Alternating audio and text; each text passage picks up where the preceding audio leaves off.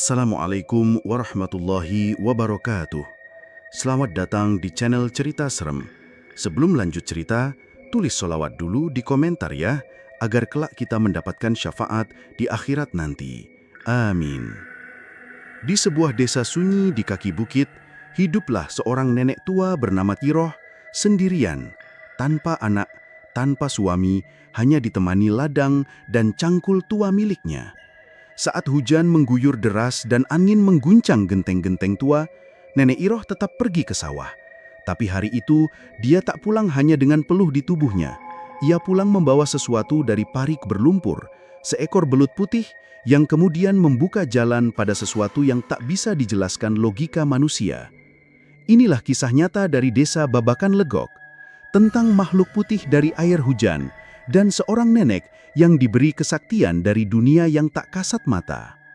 Hampir 40 dekade sudah Nenek Iroh hidup sendirian di pinggir desa Babakan Legok, sebuah dusun kecil yang terletak di kaki perbukitan, dikelilingi ladang padi dan kebun singkong.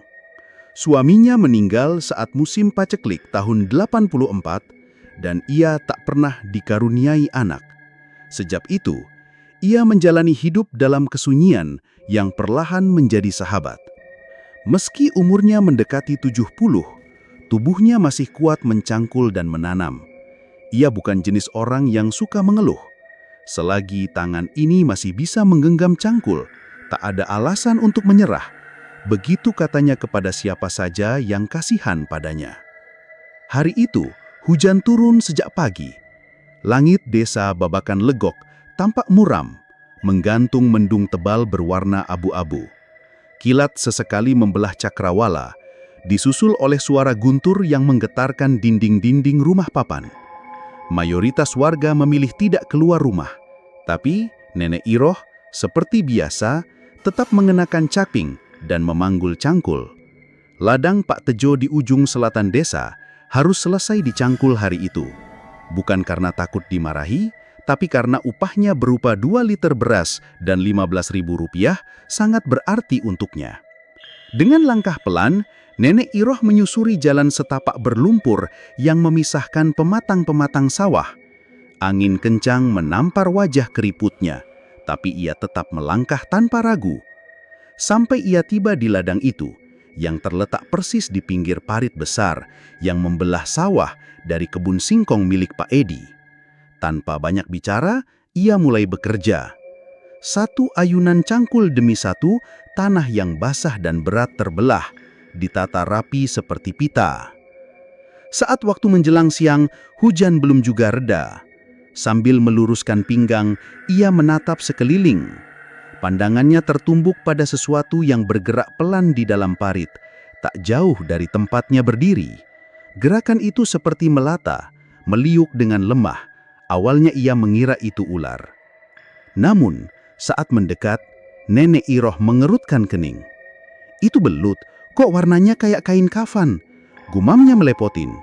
Tubuhnya gemuk, lebih besar dari ukuran biasa, dan warnanya bukan coklat tua atau hitam seperti belut sawah pada umumnya. Warna kulitnya putih pucat, seperti kapas basah yang telah lama direndam air. Ada luka robek kecil di dekat ekornya, dan tubuhnya tampak lemas. Nenek Iroh berjongkok, menyibak air parit yang sudah keruh oleh hujan. Belut itu diam saja, seolah menunggu dijemput. Dengan tangan gemetar, ia mengangkat belut itu dan memasukkannya ke dalam baskom kecil yang biasa ia bawa untuk mencuci tangan. Air dari baskom langsung berubah keruh, tapi belut itu hanya menggeliat pelan, seperti menahan rasa sakit. Ya Allah, belut opo iki? Kok warnane koyo kain kafan? Gumamnya pelan. Alih-alih membuangnya kembali ke parit, Nenek Iroh membawa belut itu ke gubuk kecil di pinggir ladang. Ia mengambil sebotol air bersih dari botol plastik dan mulai membersihkan lumpur dari tubuh belut itu. Luka di ekornya terlihat jelas dalam seperti bekas cakaran. Sesaat kemudian terjadi sesuatu yang membuat bulu kuduknya berdiri. Saat tangannya menyentuh luka itu, ia merasa ada aliran hangat naik ke dalam tubuhnya dari ujung jari hingga ke punggung. Bukan rasa panas yang membakar, melainkan seperti sensasi hangat yang menenangkan menyebar cepat ke seluruh tubuh. Ia mengernyit, menarik tangannya pelan. Belut itu menatapnya. Ya, menatap.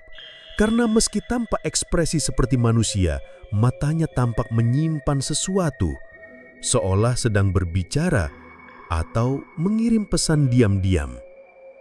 "Alah, pikiranku wes ngelantur," gumamnya sambil menggelengkan kepala. Hujan mulai reda ketika sore menjelang. Nenek Iroh memutuskan untuk membawa pulang belut itu. Ia mengikat baskomnya dengan kain di ujung galah bambu, lalu menggantungnya di pundak seperti keranjang pikul. Setibanya di rumah, ia meletakkan baskom itu di sudut dapur. Ia menyiapkan air bersih, beberapa helai daun pisang, dan secuil garam. Bukan untuk dimasak, tapi hanya untuk membersihkan luka si belut putih. Entah kenapa, ia merasa bertanggung jawab. Malam itu, saat semua rumah tertutup rapat oleh hawa dingin sisa hujan, Nenek Iroh tidur ditemani suara air netes dari atap bocor. Tapi sebelum terlelap, ia sempat mendengar sesuatu dari arah dapur. Suara lirih, seperti desir angin, tapi bercampur dengan gumaman samar dalam bahasa yang tak ia kerti. Ia terbangun sebentar, tapi tak ada siapa-siapa. Hanya suara jangkrik dan bunyi gemeretak kayu tua. Namun keesokan paginya, tubuhnya terasa ringan. Nyeri di punggung yang biasa muncul tiap bangun tidur hilang. Ia bahkan bisa berdiri lebih tegak. Saat ia berjalan ke dapur, belut putih itu masih ada, diam di baskom menatapnya. Sejak hari itu, hidup Nenek Iroh tak pernah sama lagi. 3 hari telah berlalu sejak peristiwa itu. Sejak hari ketika Nenek Iroh membawa pulang belut putih dari parit berlumpur, membersihkannya dengan air sumur dan daun pisang, dan menidurkannya dalam baskom kecil di sudut dapur. Dan selama 3 hari itu pula, sesuatu yang tidak biasa mulai ia rasakan. Rasa nyeri di lutut dan punggungnya perlahan memudar. Tangan yang biasanya gemetar saat menggenggam cangkul kini terasa mantap. Bahkan tidur malamnya pun lebih nyenyak, tak lagi dihantui mimpi aneh atau terbangun oleh suara kayu yang berderak di rumah reotnya. Namun satu hal yang paling membuatnya bertanya-tanya, setiap malam sebelum tidur, ia selalu mendengar suara lirih seperti desir air diikuti hembusan angin sejuk dari arah dapur. Tapi saat ia periksa, tidak ada apa-apa.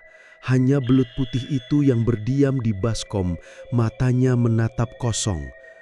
Atau mungkin tidak. Hari itu cuaca kembali cerah. Sinar matahari menyelinap di sela dedaunan, menyinari desa Babakan Legok yang masih becek pasca hujan panjang. Nenek Iroh kembali bekerja ke sawah Pak Tejo. Ladangnya belum selesai dicangkul dan Nenek Iroh selalu menepati janji. Ia melangkah melewati jalan setapak, memikul cangkul, baskom kosong, dan botol air minum. Langkahnya lebih ringan dari biasa, dan itu membuatnya heran. Ia sempat berkata dalam hati, "Apa aku diberi tenaga cadangan sama Gusti Allah?" Sesampainya di ladang, ia langsung mencangkul tanpa basa-basi. Tapi belum 20 menit berlalu, ia mendengar percikan kecil dari arah parit. Ia berhenti, matanya menyapu permukaan air berlumpur di bawah sana. Dan di sanalah, belut putih itu lagi. Tubuhnya kini tak lagi terluka, warnanya tetap sama, putih pucat nyaris keperakan seperti kain kafan basah. Ia berenang pelan namun tidak menjauh, justru mengitari parit seperti sedang menunggu sesuatu. "Loh, kok kowe neng kene maneh?" gumam Nenek Iroh lebih kepada dirinya sendiri. Ia merasa bingung karena belut itu jelas-jelas tak ia bawa kembali ke parit. Ia biarkan saja di rumah, di dalam baskom. Ia berjongkok menatap makhluk itu, dan seolah menyadari kehadirannya, belut itu berhenti berenang dan mengangkat sedikit kepalanya, seakan memberi salam. Dalam hening yang aneh itu, Nenek Iroh merasa belut itu mengenalinya. Tanpa sadar, tangan kanannya meraih air parit dan memercikkannya ke wajah, ingin memastikan bahwa ia tidak sedang mimpi. Tapi belut itu tetap di sana, nyata, berenang pelan lalu menyelam ke sisi parit yang lebih dalam. Hari itu Nenek Iroh mencangkul lebih cepat dari biasanya. Setiap kali lengannya mulai pegal, ada hembusan angin yang terasa seperti memijat sendi-sendi tuanya. Setiap kali ia merasa lapar, ada aroma samar seperti nasi hangat yang lewat di hidungnya, menguatkan kembali tubuhnya yang rentah. Dan setiap kali ia menoleh ke parit, belut itu masih ada, diam, mengawasi. Kabar bahwa Nenek Iroh terlihat lebih segar dan bertenaga mulai menyebar dari warung ke warung. Ibu-ibu pengajian mulai membicarakannya saat menjemur pakaian. Anak-anak mulai memperhatikan bahwa nenek tua yang biasa jalan tertatih kini melangkah tanpa tongkat. Tak ada yang tahu apa penyebabnya. Namun Pak Tejo, pemilik ladang tempat Nenek Iroh bekerja, merasa aneh. Beberapa hari lalu, ia melihat Nenek Iroh membungkuk ke parit lalu berbicara pelan seperti sedang menenangkan hewan peliharaannya. Padahal yang ia lihat hanyalah air kotor dan daun-daun pisang hanyut. Gusti, opo nenek iku lagi-lagi melebu kepercayaan aneh, pikirnya dalam hati. Malam harinya, belut putih itu kembali ke rumah. Saat Nenek Iroh membuka pintu dapur, ia melihat baskom kosong di sudut. Dan entah dari mana datangnya, belut putih itu sudah berada di dalamnya. Air dalam baskom tenang, tak terlihat bekas percikan. Tubuh belut itu menggulung rapi, matanya tertutup, tapi Nenek Iroh tahu makhluk itu tidak tidur. Ia hanya menunggu. Hari demi hari berlalu. Setiap kali Nenek Iroh ke sawah, belut itu selalu muncul. Berenang pelan, sesekali hilang dari pandangan, lalu muncul lagi. Ia seperti penjaga tak kasat mata. Dan anehnya, sejak belut itu mulai mendampingi Nenek Iroh, tubuhnya benar-benar pulih. Ia tak lagi mengalami pusing, tidak lagi sakit di punggung. Bahkan pada suatu pagi, ia sempat mengangkat karung pupuk sendirian. Sesuatu yang sebelumnya tak mungkin ia lakukan tanpa bantuan. Tapi bukan hanya itu. Ada kejadian lain yang mulai menunjukkan bahwa ini lebih dari sekedar pemulihan fisik. Seorang anak kecil, cucu dari Bu Lastri tetangganya, mengalami luka bakar ringan karena tumpahan minyak panas. Ibu sang anak panik karena kulitnya melepuh. Saat itu, tanpa berpikir panjang, Bu Lastri membawa anak itu ke rumah Nenek Iroh, bukan ke puskesmas. Entah dorongan dari mana, Nenek Iroh mengambil air dari kendi dapur, mencelupkan ujung jarinya, lalu menyentuh luka sang anak. Dalam hitungan menit, rasa panas itu menghilang. Sang anak berhenti menangis, dan yang paling mengejutkan, kulitnya tidak melepuh. Semua yang melihat hanya bisa terdiam. Nenek Iroh sendiri tidak mengerti. Malamnya, belut putih di baskom membuka matanya dan menatap lebih dalam dari biasanya. Nenek Iroh menghela napas panjang. Ia tahu sesuatu telah berubah, dan belut itu adalah bagian dari perubahan itu. Tapi ia belum tahu bahwa semua ini baru permulaan. Sudah lebih dari sepekan sejak belut putih itu mulai menemani hari-hari Nenek Iroh. Ia tidak lagi merasa heran melihat makhluk itu muncul di parit setiap kali ia ke sawah. Bahkan, ia mulai menyisakan sedikit air bersih dalam baskom dan beberapa lembar daun pisang setiap malam untuknya, seperti menyediakan tempat tidur untuk tamu istimewa.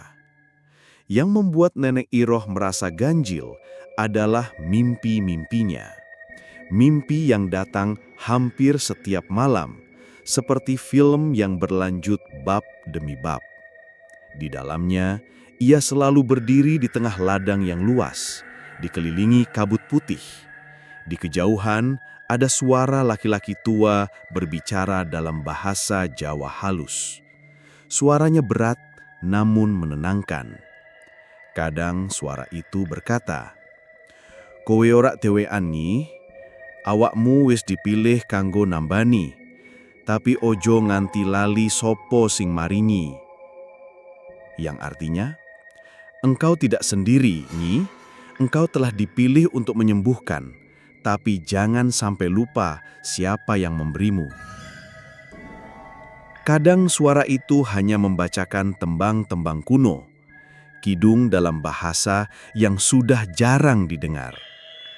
Setiap kali bangun tidur, Nenek Iroh merasa tubuhnya enteng, tapi hatinya justru semakin berat. Ia mulai merasa bahwa belut putih itu bukan sekadar makhluk aneh dari parit. Ia datang membawa pesan, atau mungkin membawa misi. Hari itu, udara di desa Babakan Legok begitu hening. Tidak ada angin, langit pucat seperti kertas kusam. Burung-burung tak terdengar. Beberapa warga merasa merinding tanpa sebab. Bahkan Pak Lurah tidak membuka warung seperti biasa. Nenek Iroh berjalan ke sawah, tapi langkahnya terasa berat, bukan karena lelah, melainkan karena firasat. Dan benar saja, saat tiba di ladang, ia melihat seekor kucing hitam mati di bawah pohon randu tua dekat parit. Matanya melotot, tubuhnya kaku, dan lidahnya menjulur keluar seperti dicekik makhluk tak kasat mata. Ia beristighfar pelan. Tak lama, belut putih itu muncul, berenang tenang di parit seperti tak terganggu dengan apapun. Tapi hari itu, saat Nenek Iroh mulai mencangkul, hujan turun dengan pelan, lalu deras. Langit gelap, angin kencang, tapi ia tidak beranjak. Dan saat cangkulnya membelah tanah ke-17, ia menemukan sesuatu. Bungkus kain putih, sudah lapuk dimakan tanah. Ia membukanya perlahan dengan ujung cangkul. Isinya segenggam rambut manusia, 3 tulang jari, dan sepotong kertas berisi tulisan Jawa kuno dengan bercak darah di salah satu ujungnya. Nenek Iroh mundur, mulutnya komat kamit membaca doa, tapi tubuhnya gemetar. Tanah yang ia cangkul selama ini ternyata menyimpan sowan, barang tirakat, mungkin sisa dari ritual lama. Entah siapa yang pernah menguburkannya di sana. Belut putih itu naik ke permukaan parit. Matanya menatap tajam, seperti marah. Dan untuk pertama kalinya, Nenek Iroh mendengar suara, bukan dari mimpi, tapi dari dalam dirinya sendiri. Suara laki-laki yang sama. "Sing nyimpen iku dudu kowe nyi, tapi kowe sing kudu ngresiki." Yang artinya, yang menanam itu bukan kamu, Nyi, tapi kamu yang harus membersihkannya. Dengan tangan gemetar, Nenek Iroh membungkus kembali benda-benda itu dengan kain, memasukkannya ke dalam karung pupuk dan membawanya ke bawah pohon randu. Ia menggali lubang baru, lebih dalam, lalu menguburkannya di situ. Sebelum menutup tanah, ia menabur garam dan menyiramkan air wudhu yang ia bawa dari rumah. Saat terakhir tanah itu diratakan, kilat menyambar di kejauhan, tapi tidak ada suara. Hujan tiba-tiba berhenti, langit menjadi sangat terang, bahkan angin pun seolah berhenti berhembus. Belut putih itu mendekat ke tepi parit. Ia bergeliat pelan, lalu berenang ke sisi lain, menghilang di balik akar pohon. Tapi sebelum menghilang sepenuhnya, ia sempat menatap Nenek Iroh. Tatapan yang kali ini terasa seperti terima kasih. Malam itu, mimpi Nenek Iroh berubah. Ia tidak lagi berada di ladang berkabut. Ia kini duduk di dalam sebuah pendopo kuno. Di hadapannya duduk sosok laki-laki tua berjubah putih, berjenggot panjang, dan matanya tajam. Sosok itu tidak berkata-kata, ia hanya menunjuk telapak tangan Nenek Iroh. Dan ketika ia menatap telapak tangannya dalam mimpi itu, Nenek Iroh melihat cahaya samar, seperti sinar dari dalam kulitnya sendiri. Lalu suara itu berkata, lirih.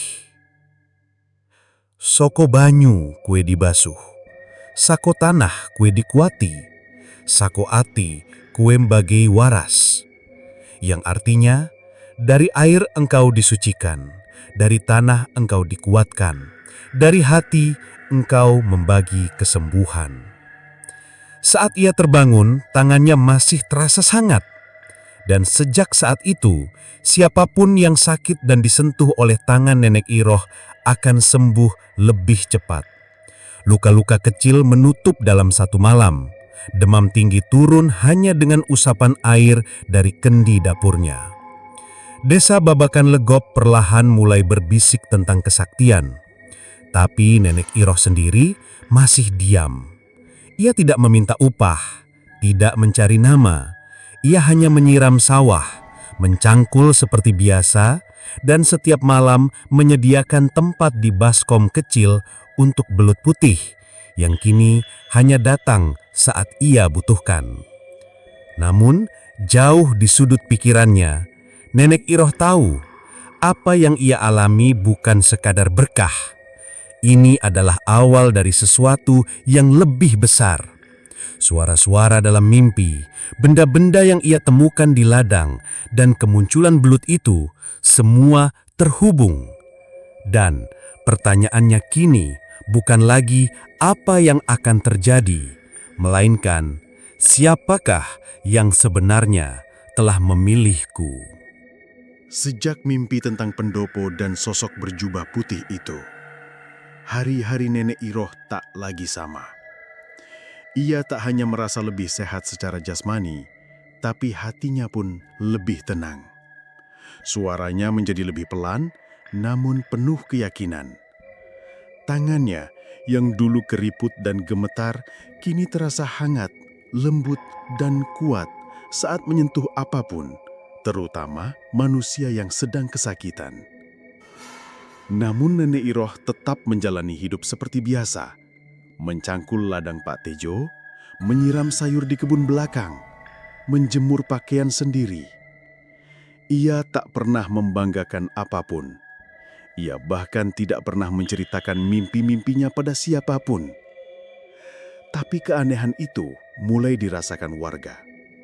Beberapa tetangga mulai memperhatikan, kenapa Nenek Iroh yang dulu bongkok kini bisa berjalan lurus? Kenapa ia tak pernah ke warung membeli jamu lagi? Kenapa suaranya tak lagi serak saat azan maghrib terdengar dari surau tua?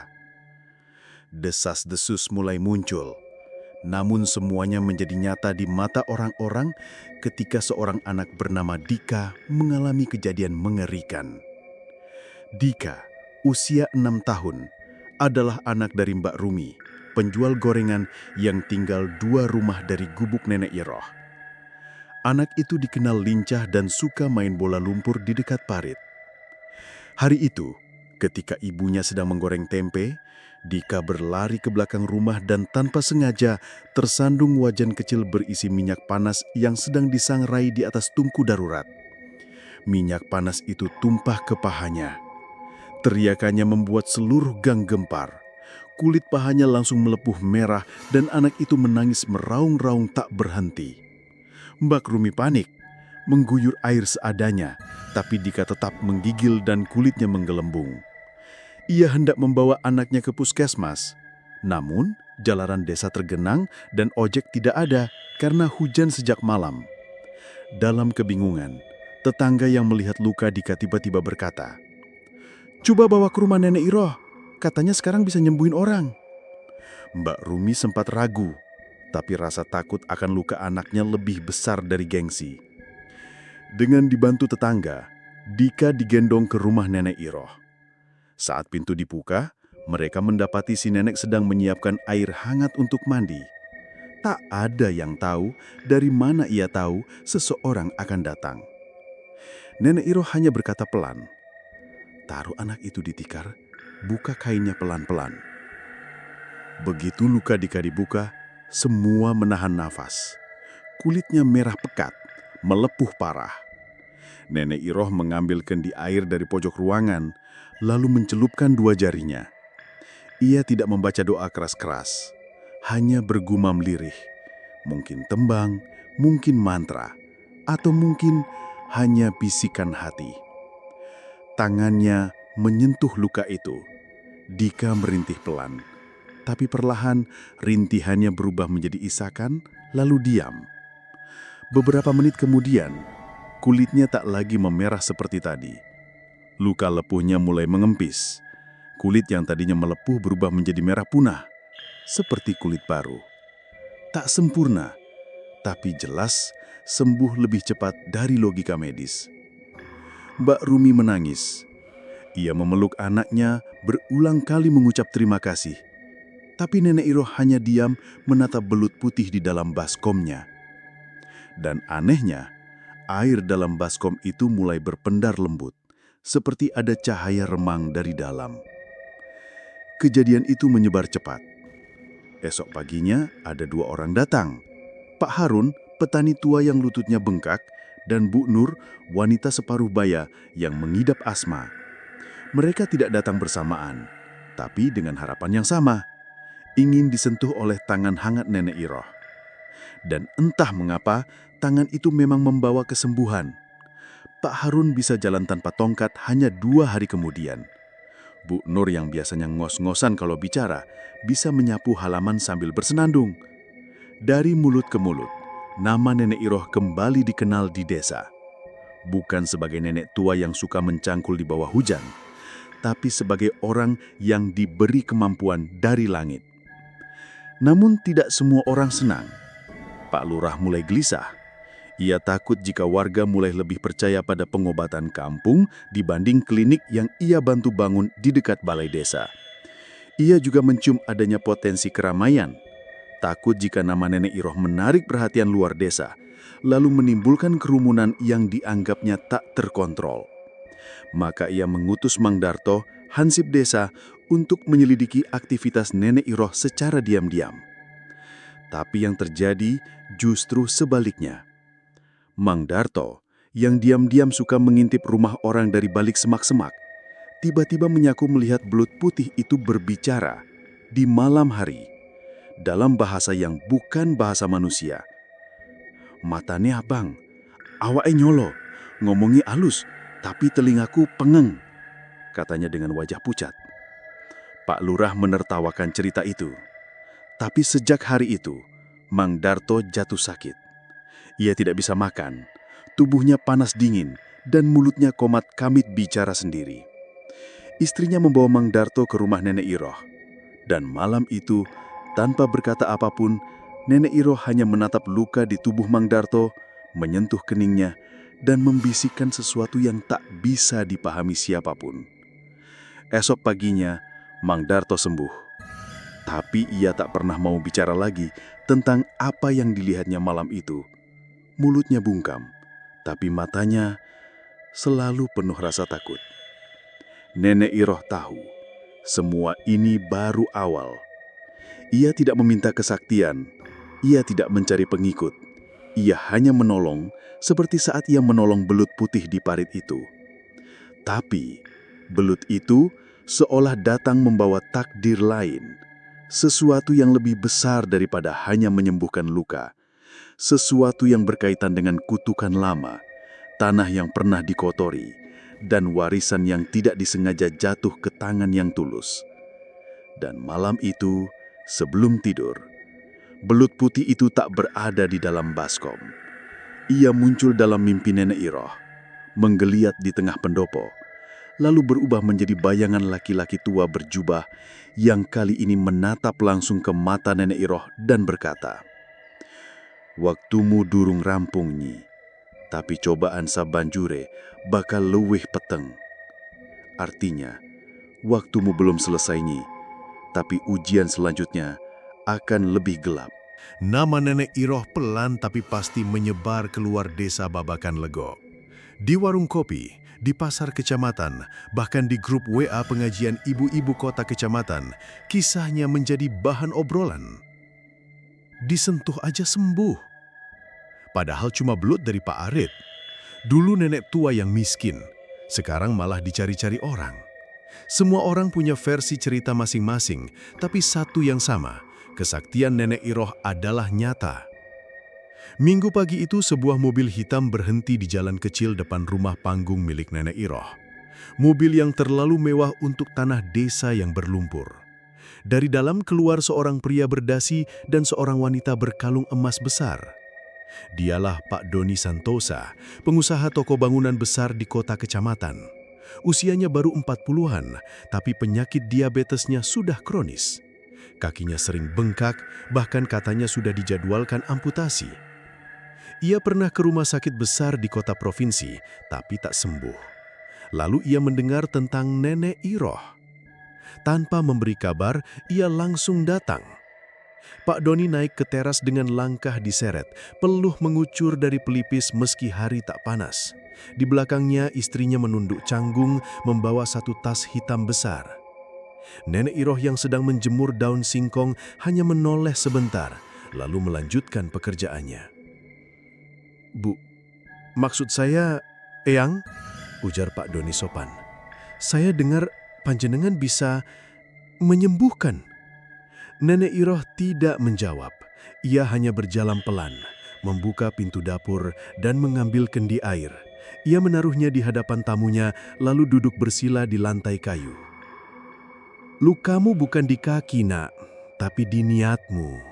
Sampean datang bukan mau sembuh, tapi mau beli mukjizat." Pak Doni terkejut. Istrinya memegangi tas berisi uang. Ini niat baik, Eyang. Kami bawa 50 juta. Kalau perlu lebih kami bisa transfer." Nenek Iroh tak menatap uang itu. Ia justru menatap baskom kecil di sudut dapur. Kosong. Belut putih itu tak ada di sana.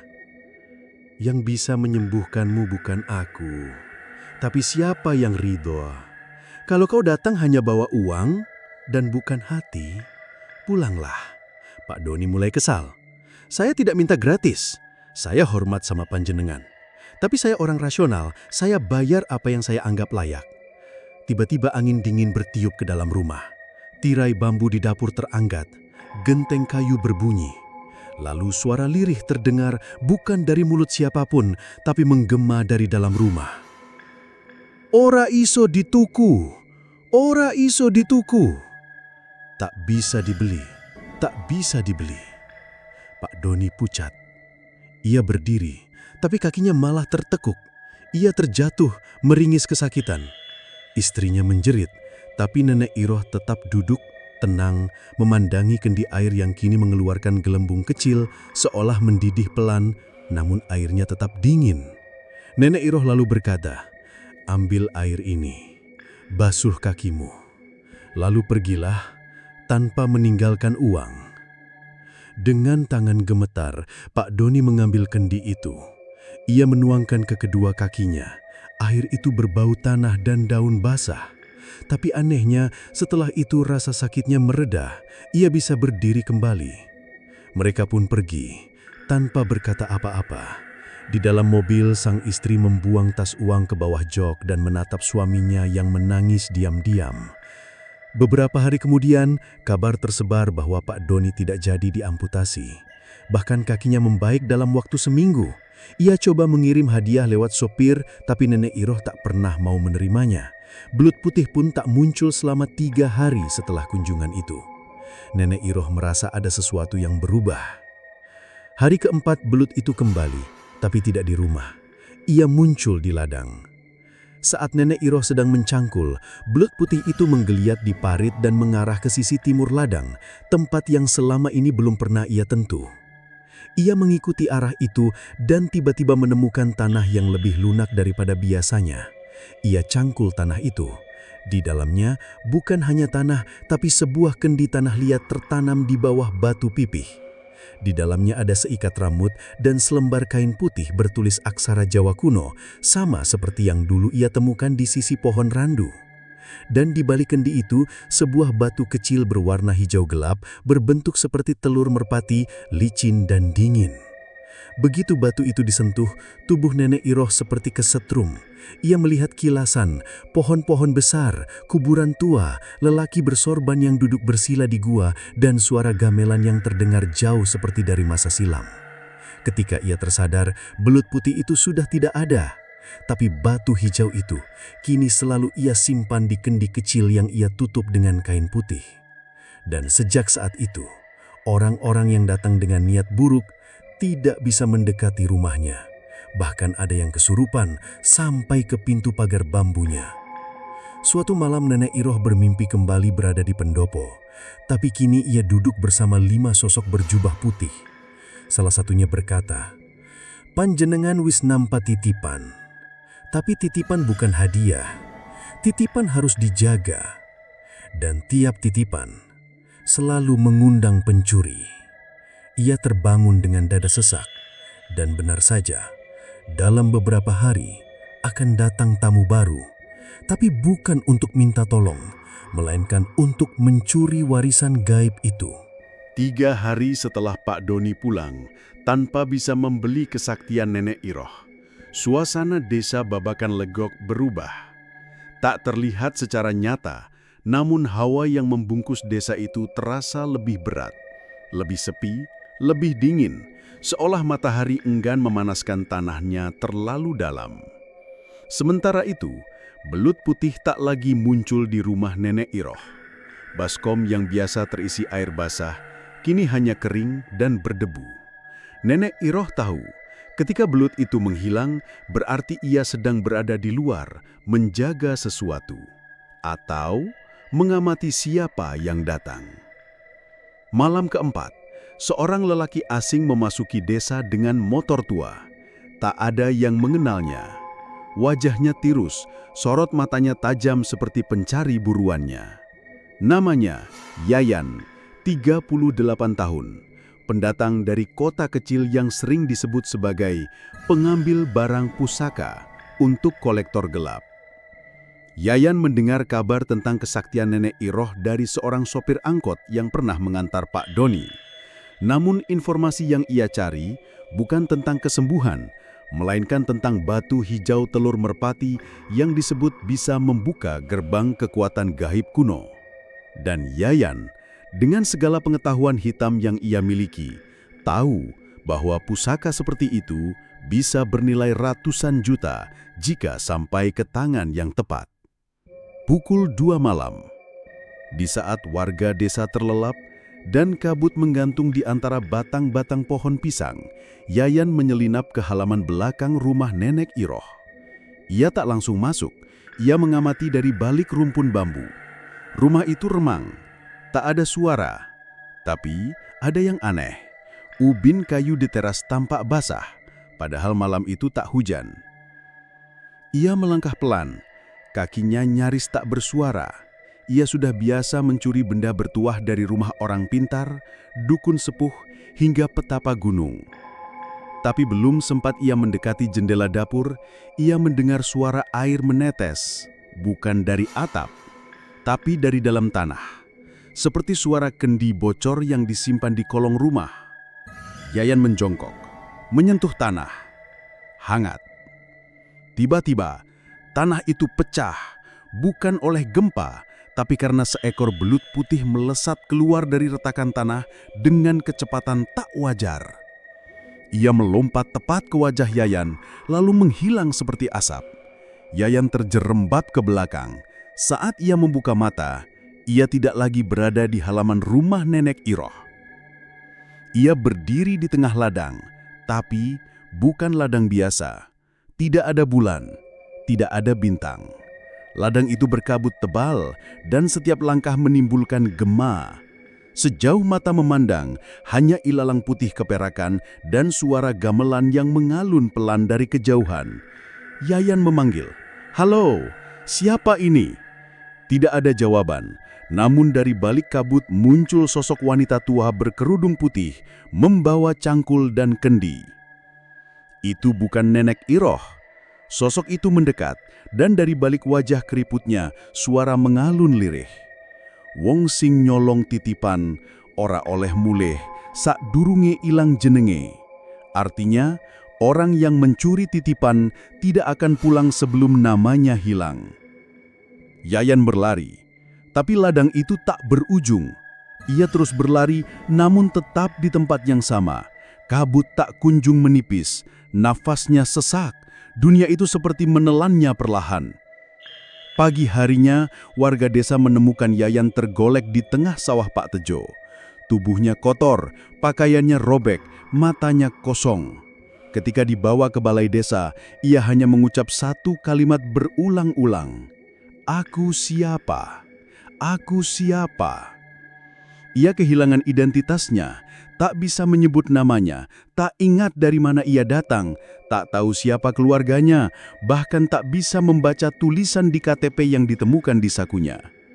Pak Lurah, yang tadinya curiga pada Nenek Iroh, langsung datang ke rumahnya. Tapi Nenek Iroh tidak membuka pintu. Dari balik jendela, ia hanya berkata, "Titipan tak bisa dicuri. Siapapun yang mencoba akan dikembalikan tanpa namanya."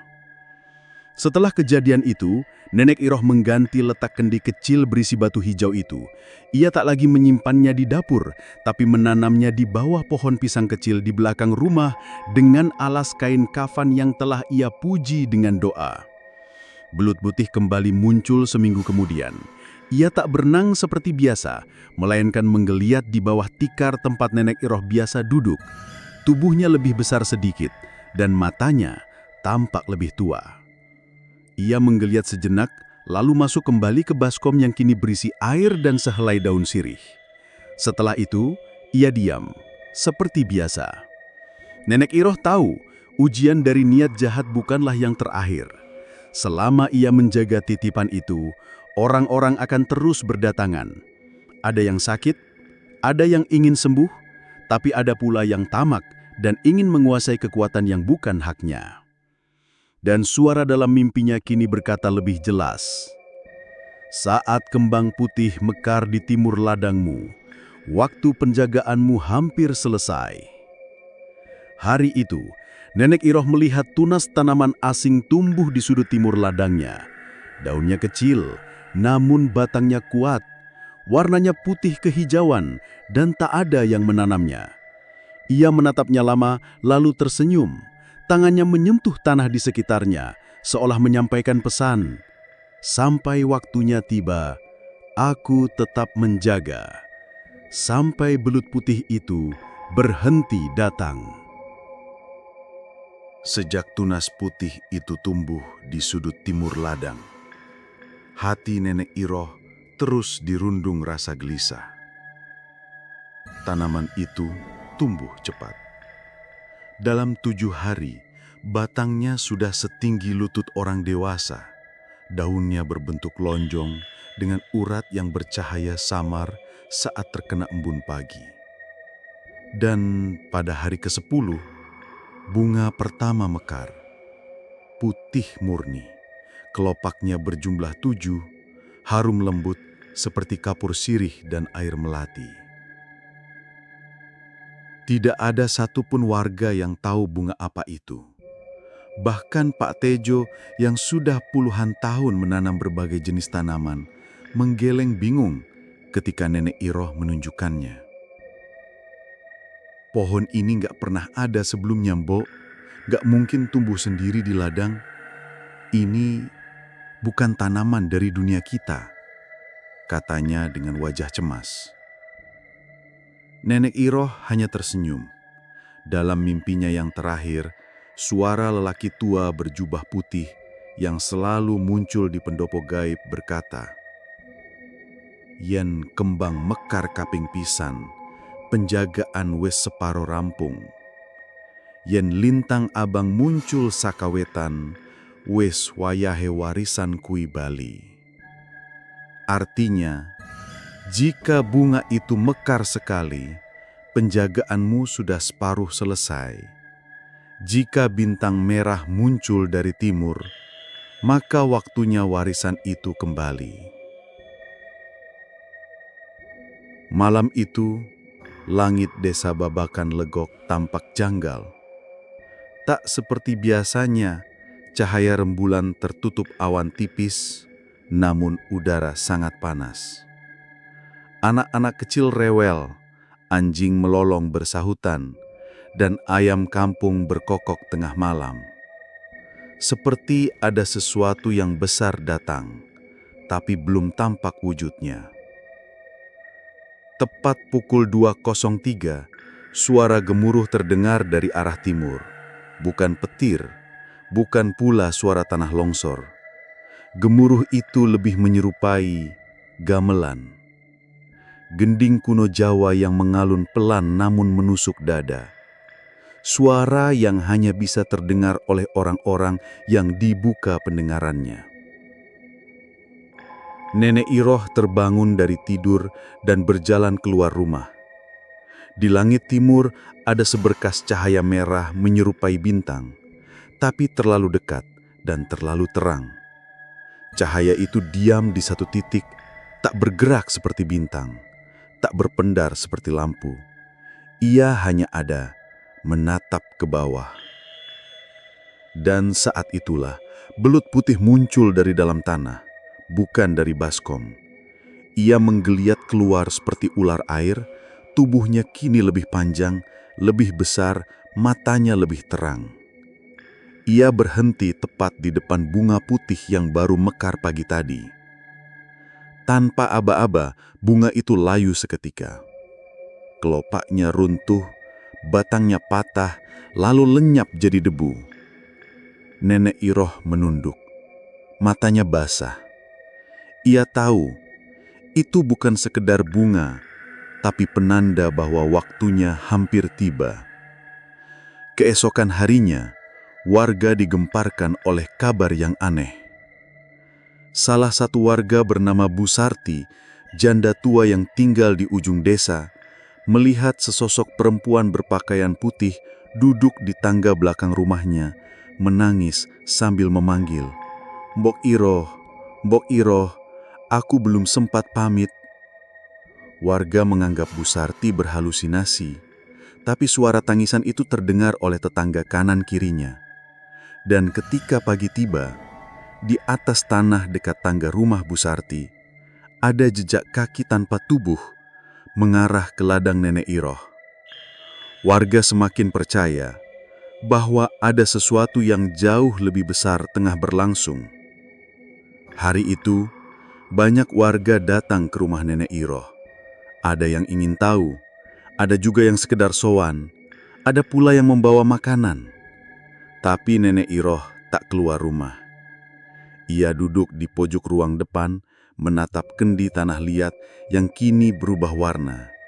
Dari coklat tanah menjadi kehijauan seperti lumut yang sudah berusia puluhan tahun.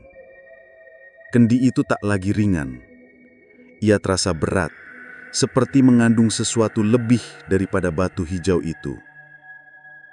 Dan malamnya, suara gamelan terdengar kembali, tapi kali ini diiringi suara kidung, suara perempuan tua yang menyanyi pelan dalam bahasa Jawa kuno seperti membacakan puisi kelahiran dan kematian. Nenek Iroh tahu, penjaga sebelumnya telah datang. Entah dari mana, entah dalam bentuk tapa, tapi ia merasakannya. Aura rumahnya berubah. Tidak angker, tapi sakral. Seolah seluruh dinding rumah kini menjadi mata dan telinga dari dunia lain. Belut putih kini tak lagi masuk ke baskom.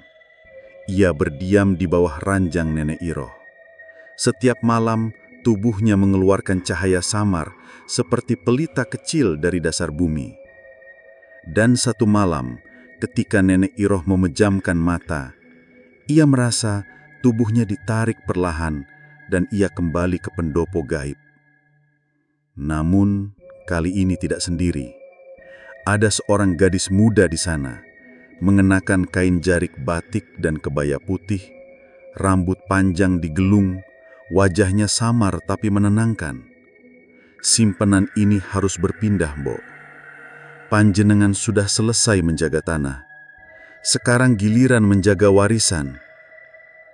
Nenek Iroh bingung. Bukankah aku sudah menjaga yang diwariskan? Gadis itu menunduk. Bukan hanya batu itu, Mbok, tapi juga waktu yang dibekukan. Desa ini tidak berjalan seperti desa lain. Kau yang menjaga waktu agar tidak pecah. Nenek Iroh terdiam. Ia terbangun keesokan paginya dengan kening berkeringat, tapi tubuh ringan. Ketika ia berjalan keluar rumah, ia melihat Pak Lurah, Pak Tejo, dan beberapa warga sudah menunggu di depan rumah. Wih, kami ingin tanya, Mbok, kenapa setiap kejadian aneh selalu berakhir di ladang panjenengan? Nenek Iroh tidak langsung menjawab. Ia memandang jauh ke arah timur, tempat bunga putih itu dulu mekar, lalu berkata, "Karena tanah itu tak seperti tanah yang lain. Ia tanah yang pernah jadi tempat perjanjian. Dulu, sebelum kita semua lahir." Warga saling berpandangan. "Lalu perjanjiannya dengan siapa, Mbok?" tanya Pak Tejo. Nenek Iroh memejamkan mata, lalu menjawab pelan, "Dengan waktu, dengan masa, dan aku cuma penjaga, bukan pemiliknya." Kini seluruh desa Babakan Legok menanti sesuatu yang belum mereka pahami. Sementara langit timur setiap malam terus memunculkan bintang merah yang tak bergerak. Dan di dalam kendi, batu hijau itu kini berdenyut pelan, seperti jantung yang hidup. Langit di atas desa Babakan Legok makin tak bisa ditebak. Matahari sering terlambat terbit, ayam berkokok tengah malam, dan embun turun bukan saat pagi, tapi menjelang maghrib. Waktu seolah berubah arah. Namun anehnya, para warga tetap hidup seakan semuanya biasa. Seakan waktu yang goyah hanyalah ilusi yang dirasakan oleh mereka yang mampu melihat celahnya. Nenek Iroh adalah satu dari sedikit yang menyadarinya. Sejak batu hijau itu mengeluarkan denyutan seperti jantung hidup, ia tahu bahwa apa yang ia jaga selama ini bukan sekadar pusaka, tapi kunci penjaga waktu. Bukan waktu dunia secara umum, tapi waktu desa itu sendiri. Dan selama ini, ia tidak menjaga batu itu sendiri. Ada leluhur, ada penjaga yang lebih tua dari usianya, dan mereka mulai mengirim pertanda. Malam ketujuh setelah bunga putih layu, Nenek Iroh bermimpi lagi. Ia duduk di pendopo yang kini berubah. Tak lagi temaram, tapi terang oleh cahaya pelita yang tak menyilaukan. Di depannya berdiri 5 sosok bersorban mengenakan busana Jawa kuno.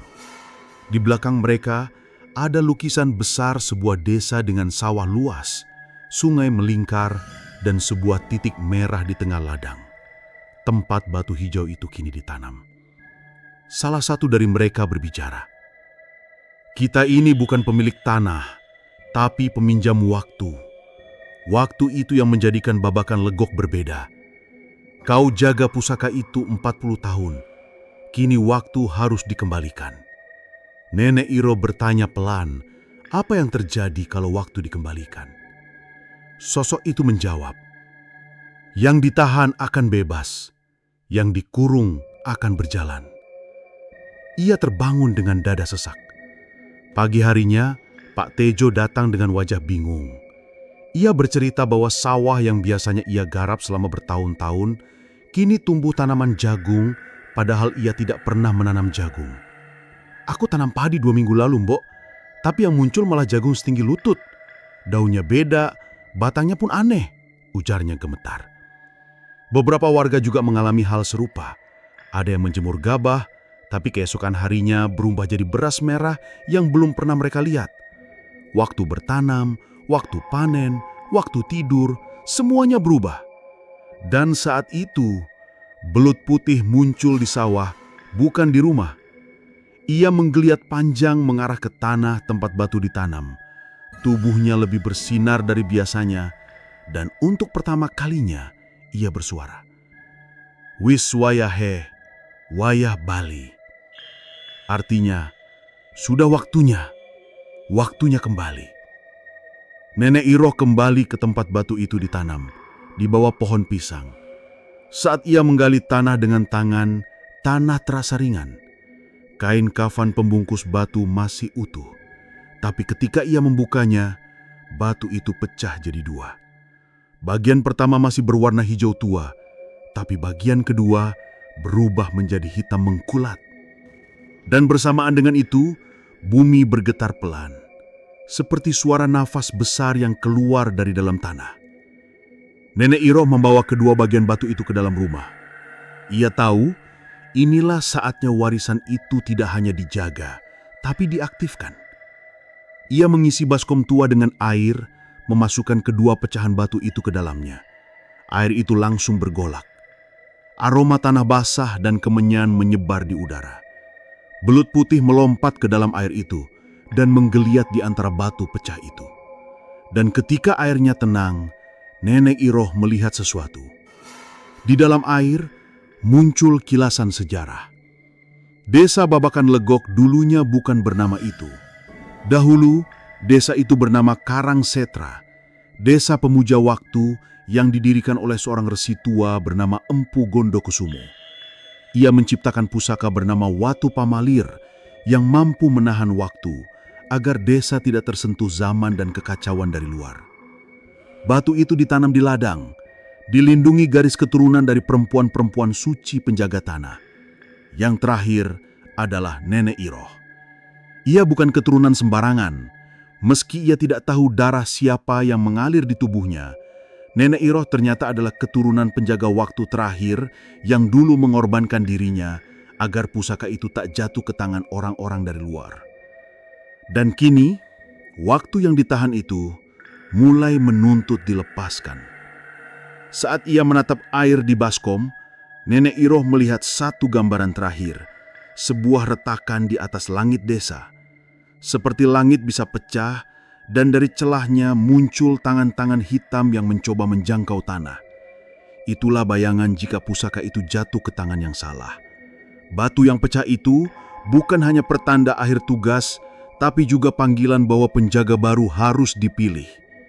Dan suara perempuan muda dalam mimpinya kembali terdengar. Kali ini sangat jelas.